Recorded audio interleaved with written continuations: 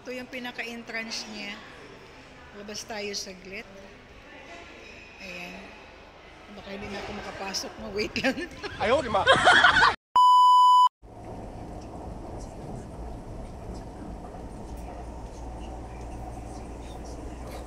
Hello everyone, welcome to Nora FW Vlog. Please don't forget to like and subscribe. Thank you so much. Ayan, nandito po tayo Ito yung ngayon guys sa entrance niya. isang kainan. Papunta po tayo sa isang buffet dito sa hotel sa Chunwan West. Ayan, ito po yung entrance niya guys. Napakaganda. Pagpasok po pa lang, ito yung makikita mo yung mga desserts. Yung mga klase-klaseng mga dessert guys. Ayan. Yan ang dessert corner. Ito yung pinaka-entrance niya. Ayan. Tapos, pasok na tayo dito sa table natin na naka-reserve na. Actually guys, hindi pwede pumasok dito pag hindi ka naka-booking. Ganito yan dito. So, pag walang booking, hindi ka pwedeng makapasok sa mga ganyang mga buffet kasi ano yan to, reservation. So, ayan, umpisa na ang ating pagpipili. Pagkukuha ng mga pagkain. Napakasarap. Ayan, pili ka lang. Ayan, may crab, may balon.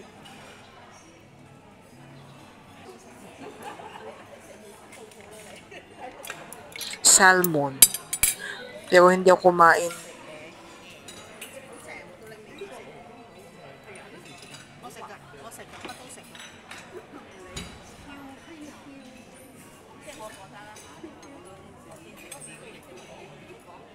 Pork slice. Parang ano siya, chassis. Tapos dito may soup. Ayan, kumuha ako ng soup. Ito pala yung ano, ito yung mga cheese, klase-klaseng cheese.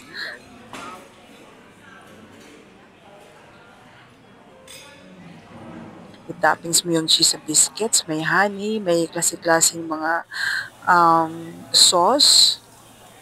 Ayan, nag-enjoy talaga ako guys. Actually, maganda tingnan sa TV.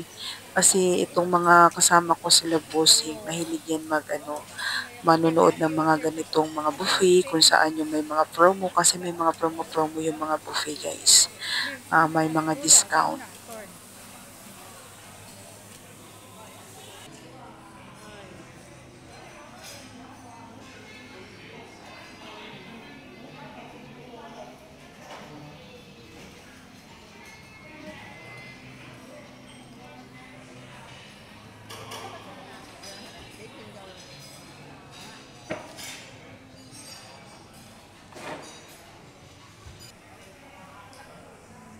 Oh, ito naman ang sushi corner. Napakasarap. Kumuha ako dito ng isda, 2 piraso.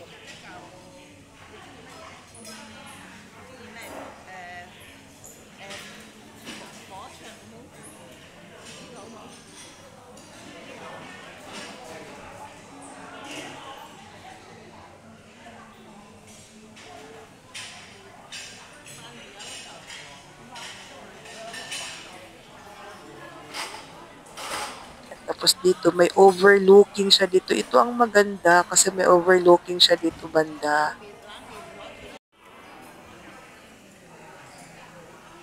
And ito na pala yung napick up ko ng mga kakainin ko. Itatry.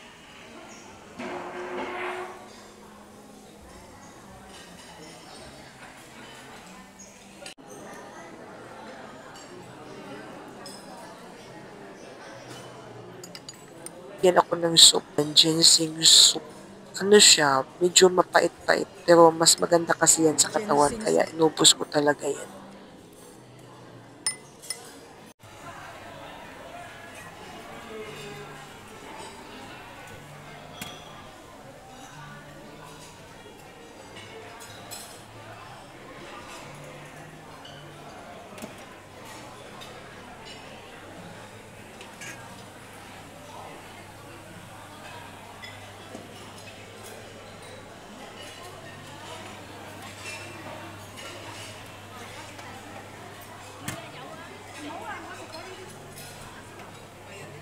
Kumuha lang yata ako dito banda ng fried rice. Ang sarap na fried rice nila guys.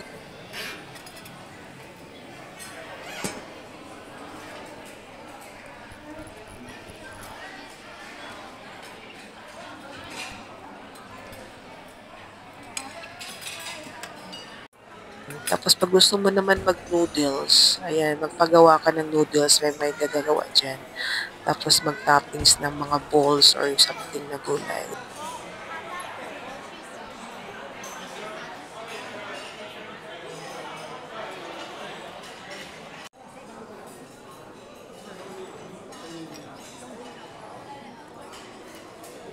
Paita soy.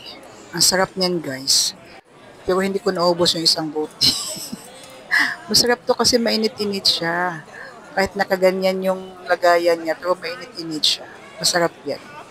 Salamat talaga ako dito sa amo ko, guys, kasi marami na akong experience when comes to buffet. Actually, hindi lahat ng mga yaya o mga katulong dito na dinadala nila sa buffet. Tapos, pag gusto mo naman mag-ice cream, ayan, nag-dessert na talaga kami. Pero ano, unlimited nga, diba, buffet. So, kahit ilang balik ka dyan, pag wala pang time, pwede ka pa kain ng kain. Pero, hindi talaga. Kumbaga, lugi sila sa akin. Lugi sila sa akin kasi hindi ako masyadong maraming kakainin. Ayan. Nag-dessert na ako, nag-ice cream na ako kasi busog na ako.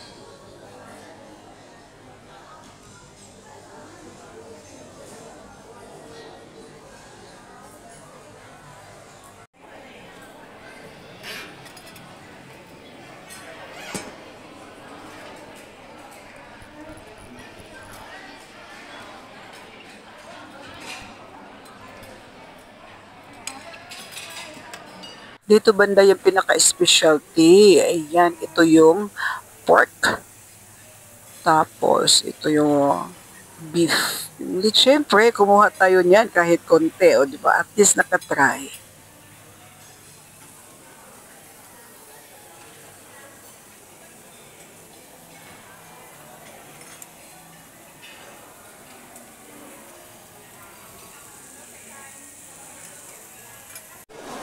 Alam nyo guys, ang maganda dito, hindi masyadong puno. Tingnan mo, marami pang bakante. Siguro mahal dito. Hindi ko alam kung magkano yung per head. Pero maganda dito guys, kasi siya malawak. Yung ibang napuntahan namin na buffet, kunti lang yung mga display. Dito ang dami. Ay nako, ayan, may soft drinks pa pala dito. Ayan Dito banda yung mga sushi. Tapos yung fresh na ano, mga salmon. Ayan. Salmon, tapos may pusit. May prawn na fresh.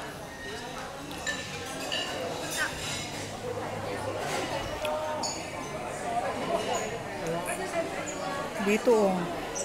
Ito yung overlooking niya.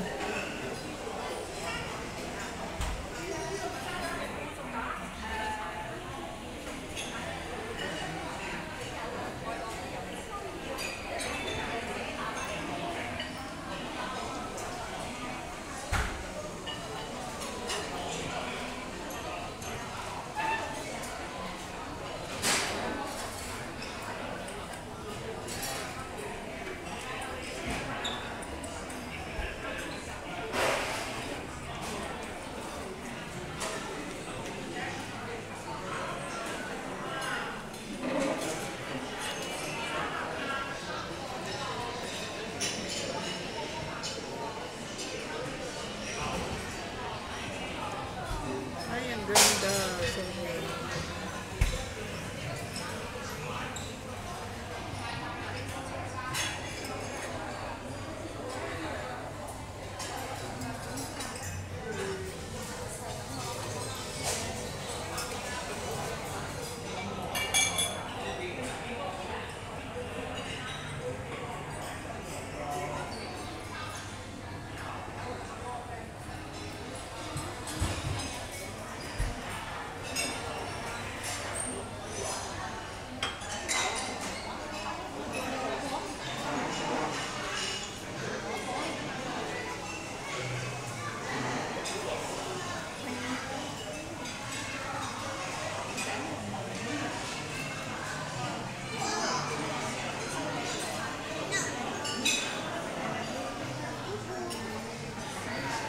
Nandito na tayo ngayon guys, nakabalik na tayo sa MTR station, pabalik na ng Shuhong. Actually, ang kainan ng buffet is start ng 12 noon until 3 o'clock. So, hindi pa kami nakaabot ng time limit, umalis na kami kasi busog na, napakabusog na talaga. Kasi kumain ka ng isang oras mahigit sa kapipili mo, busog na busog ka na.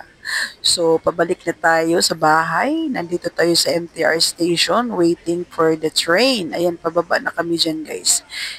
Okay, thank you for watching, ha. Maraming salamat sa suporta nyo, guys. Bye, everyone. Maraming salamat.